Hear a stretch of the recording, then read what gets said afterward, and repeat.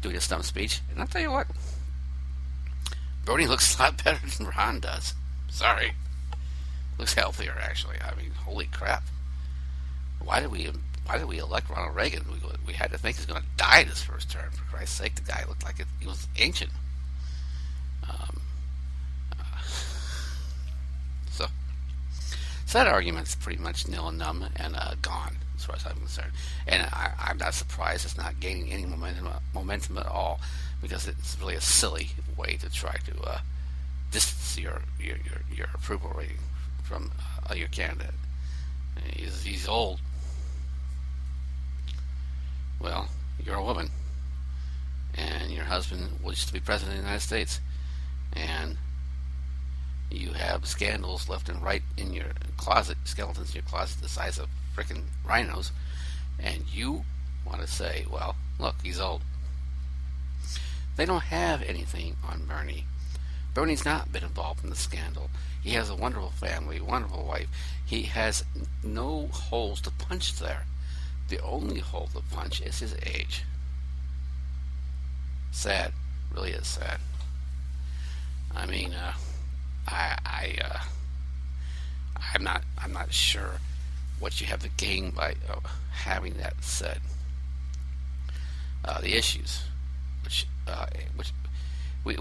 I'm sure there were people watching Bernie as he was on the debate stage and saying, I don't know. Looks like Hillary is more presidential. Looks like Hillary. She's really well skilled at this. She's a better debater. He just kept hammering points. And I'm sure when people saw him hammering points, they're like, oh, just keep repeating that, repeating this, repeating that. Guess what? That strategy of repeating important parts of his platform is why I believe he's gaining ground. Hillary isn't giving any substance to what she's saying. She says, yes, I'm going to make sure that small businesses grow, and that we get Main Street back and running up again, and we get people who are working raises. But it's easy to say that stuff, like I told you earlier, in the very earliest podcast of these campaigns. It's easy to promise cotton candy and lollipops if you have no substance. I want to cure cancer. I want every person on the face of this planet to eat. I want every working individual to make $100,000 a year. I can promise you lollipops and roses if you want. Substance. How are you going to do it? Bernie, from the very beginning, told us how he was going to do it. Going to get free tuition for our young people to get educated and get us back on track as a world leader in technologies and all that by taxing banks,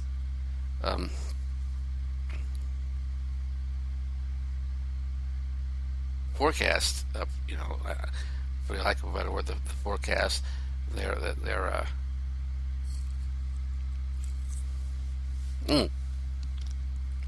what was that word? Basically taxing the bank's forecast on events of the future. There's a word for it. Yeah, I'm sure you know what it is. Anyways, but yeah, we're going to do that, and we're going to create jobs by fixing our infrastructure, and we're going to raise wages by, guess what? Giving people a higher wage. All these things he's been saying from the very beginning, and Hillary just keeps throwing cotton candy and lollipops at us. Well, guess what?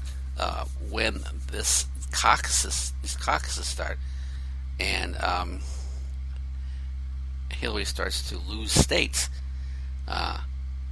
she's going to have to explain to us how she's going to do this stuff, and explain to us how she's not going to do it by making the rich richer. And guess what? I don't think she can do that, because that's part of her plan we don't know about.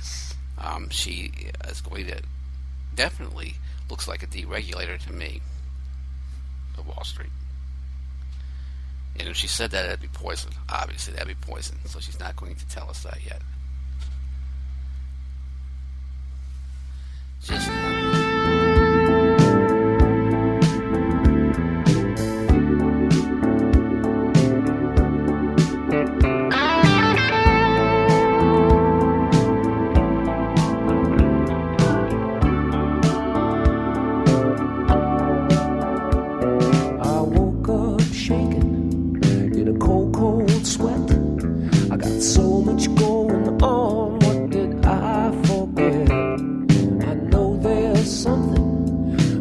so late.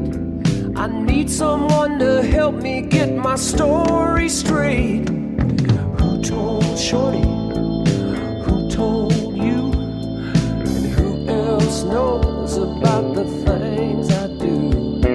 It's my own business, it's my own fun. So don't you breathe a word of this to anyone. I can remember all those lies. I'm a bad pretender. All those lies coming back to haunt me. All those lies get the feeling like they want me. Listen, baby, you can take my word, and don't you believe a single lie you heard. They're all out to get me. Then get you. There's just no telling what these kind of people will do. They're saying certain things behind my back. I can't believe you'd listen to those one-eyed jacks. They look you in the eye, they say it with a smile. They wanna see you sad and lonely all the while. I can remember all those lies. I'm a bad pretender. All those lies. It's a bad situation. All those lies. Trying to ruin my reputation.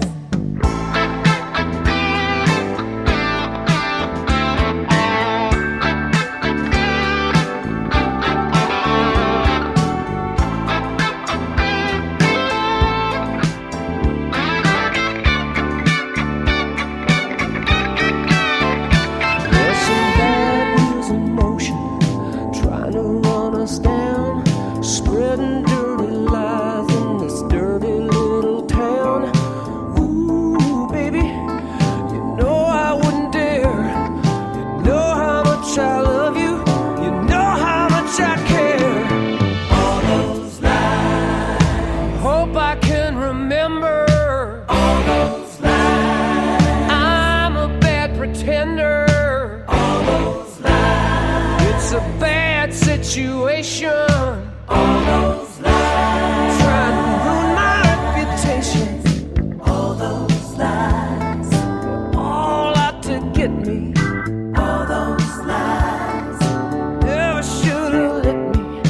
All those lies, got to believe me, baby. All those lies. Ooh, I ain't lying. Ooh, I don't fool around. I wouldn't put you down. Ooh, I'm telling you the truth. Ooh, so I'm telling you the truth.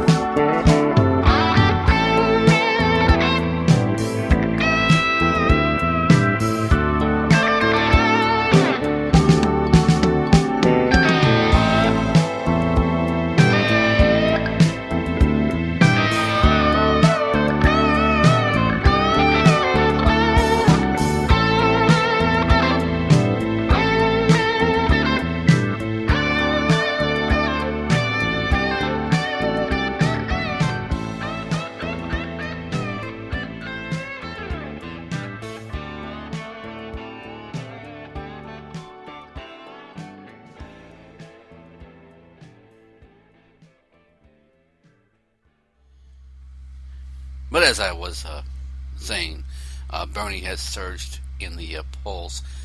Nationally, still well double digits behind. Sorry, it's been a while. I have to get back into practice here. I took some time off, and I think I explained that to you. And I was still a little bit getting back into the groove here. Bernie Sanders is now enjoying the surge, but still double digits behind nationally. Now, the importance of that was, I told you earlier, Hillary is losing her ground faster than she did in 2008 against Barack Obama with Bernie Sanders. And interesting that during this course of time, Donald Trump decides to have Sarah Palin wheeled out as an endorsee, wondering if possibly Donald is so overconfident that he would actually consider Sarah Palin as a very good vice presidential running mate.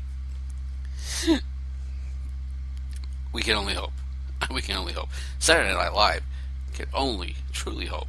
I mean, the more Sarah Palin's on TV, Tina Fey just reboots her career for sure. But Bernie, the last debate with Hillary, the one before the very last debate before the Iowa caucuses, I think fared very well, and he's been very what's the word we're looking for? Consistent with his pounding of the points he's making. The point A, I didn't vote for the Iraq War, Hillary did. B, I have a plan that will make our healthcare system that we've just established, the Obama plan, even better. And C, I want our troops out of places like Afghanistan, Iraq, and no involvement in Syria. Let these countries take care of their problems themselves. And it's resonating, as I said it would, and it does. It's now resonating. People are starting to figure this out, and as Wall Street plummets, they've rebounded today, but they've been plummeting to this point. I'm sure that puts a bug in the ears of people who are on the fence and thinking about Wall Street regulations and what presidential nominee would be best suited to not lift regulations for Wall Street, and in fact actually enforce stricter regulations on Wall Street.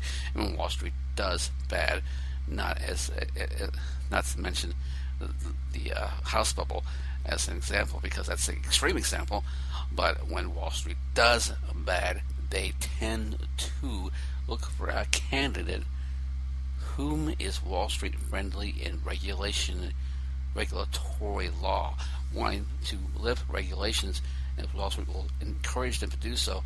As they say, if you lift these regulations, it's going to encourage more profit, and stockholders will gain more profit, and that will help the economy, which is absolutely bullshit.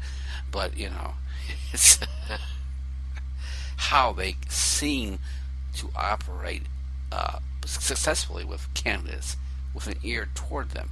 So if Bernie would become president, you could imagine Wall Street understanding that the bullshit's not going to fly, and we have to come up with a backup plan. And I'm not sure what backup plan they would come up with. I wish them luck there.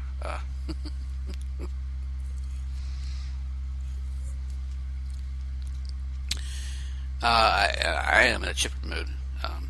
I will. I'll tell you.